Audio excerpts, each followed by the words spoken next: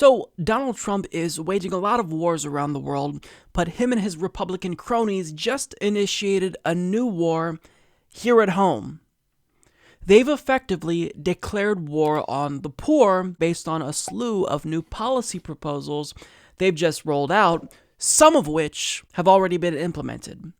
So according to Julia Conley of Common Dreams, social welfare advocates on Friday denounced a proposal included in a draft of the 2018 Farm Bill, which would impose work requirements on most adults who receive benefits from the Supplemental Nutritional Assistance Program known as SNAP, commonly called food stamps. The proposal represents the first concrete attempt by Republicans to erode the social safety net since President Donald Trump took office. Conway's proposal would mandate that adults between the ages of 18 and 59 work part-time jobs or be enrolled in at least 20 hours per week of job training. As many as 7 million Americans are expected to be affected by the new regulations, and the Congressional Budget Office estimates that 1 million people could be kicked off the program if the new rules are passed. Democrats on the House Agriculture Committee argued that the 2013 Farm Bill implemented pilot programs to test workforce training initiatives, experiments which have not yet been completed and have uncovered challenges for families who use SNAP benefits. Recipients have struggled with unreliable transportation and childcare responsibilities that have kept them from meeting the work requirements. Requiring food stamp recipients to find employment is likely to simply discriminate against the poor rather than help people to enter the workforce, wrote Elizabeth Wolkmore and Stacey Dean at the Center for Budget and Policy Priorities. These workers need SNAP. They typically work in jobs with low wages, fluctuating hours, and poor benefits, and because these jobs are unstable, low-wage workers face periods of unemployment. A sweeping work requirement would create a huge bureaucratic system to track these workers, introducing onerous paperwork and administrative requirements while doing nothing to help them get better paying, more stable jobs. Conway's proposal comes after reports that the Trump administration is also considering a drug testing requirement for SNAP recipients, a possibility that the House Agriculture Committee is likely to debate starting next week. So they're trying to make it so that way if you are receiving food stamps and you're not working, you lose your benefits completely. And see, for me, this really hits close to home because there was a time in my life where I was on food stamps, but I was also unemployed and I couldn't find work because it was really difficult to find an employer that would want to work around my full-time school schedule. So if I were still in that predicament today, then I would have had to consider quitting school in order to get a job if I wanted to keep my food stamps. And now there are people who may have to make that very difficult decision today. And think about this arbitrary requirement to drug test recipients of SNAP. So if you are the child of a parent who is addicted to a substance, well, you don't get to eat. You get to starve because a billionaire named Donald Trump says so, because it would make him feel better. And just from a moral standpoint, why shouldn't drug addicts be able to eat? There's no logic to this. It's just about punishing the poor. Trump and Republicans probably think that this will encourage them to spend their money on food instead of on drugs, but that's not the way that substance addiction works. It's ignorant. Furthermore, morally speaking, even if you extend that logic to drugs like marijuana and someone who tests positive for it, why shouldn't poor people be allowed to smoke marijuana? Someone should lose their food stamps if they smoke marijuana? That makes no sense to me. If you have anxiety and the one thing that calms you down is marijuana, you get to starve. If you are working a shitty job, you're being paid slave wages, you come home and the one thing that helps you relax is smoking marijuana while you play video games. Donald Trump wants to take that away from people. See, it's not just about taking away our social safety net and making the poor poorer. He wants to really punish these poor people to make sure that they are stripped of all human dignity and there's no happiness in their lives whatsoever. If you're poor, you just have to suffer. You don't get any happiness whatsoever. Nothing. They're sentencing poor people to suffer even more and to take food off their table if these poor people, these peasants to them, do something that they deem inappropriate.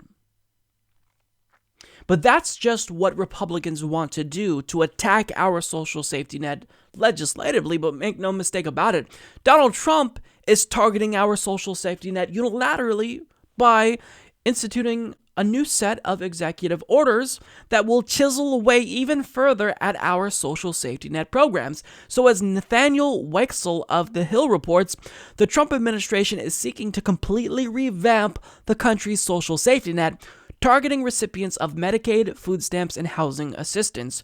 Trump is doing so through a sweeping executive order that was quietly issued earlier this week and that largely flew under the radar. It calls on the Departments of Health and Human Services, Housing and Urban Development, Agriculture, and other agencies across the federal government to craft new rules requiring that beneficiaries of a host of programs work or lose their benefits. Trump argued with the order, which has been in the works since last year, that the programs have grown too large while failing to move needy people out of government help. The order is directed at any program that provides means-tested assistance or other assistance that provides benefits to people, households, or families that have low incomes. So according to Donald Trump, well, since these people are on these programs, since they require government assistance for such long periods of time, well, clearly it's not because they just need the help. It has to be because they're at fault. It has to be because they're lazy. Well, what I don't understand with these Republicans who complain about people who are on public assistance is that why don't they do things that would actually help poor people and get them off of public assistance? Do you see Donald Trump advocating for a living wage for workers? Because that would certainly help. In fact, no, he thinks that wages are too high in this country. He said it on the campaign trail. Do you see Donald Trump advocating for a federal jobs program or technical training of some sort for welfare recipients that would increase the chances that they could land a better paying job? Do you see him championing a legitimate infrastructure bill that would create jobs for thousands of people? No. By imposing all of these new requirements, you may actually, execute that goal that you want to get them off of public assistance, but you are not going to ameliorate poverty. You're not, and that's what these programs are designed to tackle. They're supposed to target poverty. They're supposed to help people who are impoverished. But Donald Trump is just choosing to arbitrarily attack these people and punish them. He's just increasing suffering on tax-paying Americans because it'll make him feel better. And he doesn't care about the reality of the rigged economy leaders like himself helped foster. He doesn't care about that. He doesn't care about how difficult it is for someone to find a job in today's economic environment. You can't find a job. And if you find a job, odds are it's going to be a low-paying job, which doesn't pay all the bills. It doesn't pay for rent. If you have children, you're just screwed, apparently. But he doesn't want to, increase the wages of workers. He just wants to punish them and make their lives miserable because he is a billionaire. He's never worried about putting food on the table a single day in his life. He was born with a silver spoon in his mouth. His father gave him a, quote, small loan of $1 million to get his businesses started. And then when he died, he left everything to Donald Trump, millions of dollars. So Donald Trump doesn't know what it's like to suffer. So in his eyes, as a greedy oligarch, he condescendingly looks down at the poor and thinks that, they're just lazy. They need to get their shit together. And by throwing them off of these programs, and that's going to motivate them to get their shit together. No, they're already motivated to get off of welfare. Who wants to stay on welfare? Who wants to stay and remain poor? All of our goals is to succeed in life. They're not on welfare because they love being on welfare. They're on welfare because that's how they put food on the table for their children.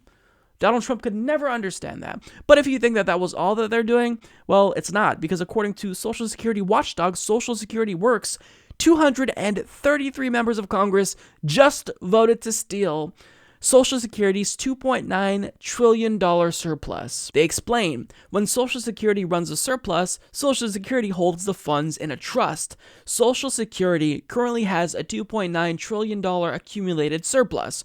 In the guise of a so-called balanced budget amendment, 233 members of the House of Representatives just voted to pretend that the accumulated surplus does not exist. And can you guess the party that predominantly supported this amendment? Republicans. Only 7 Democrats signed on to this. And those 7 Democrats, they should be ousted, they should be primaried, they should lose their seat. But That kind of shows you where the Republican Party's priorities lie. And think about if they're able to successfully snatch up Social Security surplus. What are they going to do? They're going to say, well, look, the program is insolvent, so we've got to cut Social Security. We've got to raise the retirement age. We've got to make sure that we pay out less benefits. They're literally robbing us by doing this if they can get this through. Social Security is a program that we pay into. That's our money. So in snatching that surplus, they're literally taking money from us. They're robbing us. So Donald Trump and his Republican thugs are waging a war on the poor. This is an all-out war on the poor, and they're doing it through multiple fronts. Legislatively, they're doing it through the White House with executive orders. It's a shame. I mean, they're brazenly trying to fuck over the poor. They don't even care how bad this looks. They just gave a multi-trillion-dollar tax cut to the rich, and now they're trying to punish the poor. Something's got to change in this country. A lot of things have to change in this country. But one thing that is for sure is that this party has to collapse. Everyone within the Republican Party, they have to lose their job. They need to be on public assistance and food stamps. Because what they are doing, it's morally reprehensible, and they don't even feel bad about it at all. Support this podcast by becoming a patron at patreon.com/Humanist Report.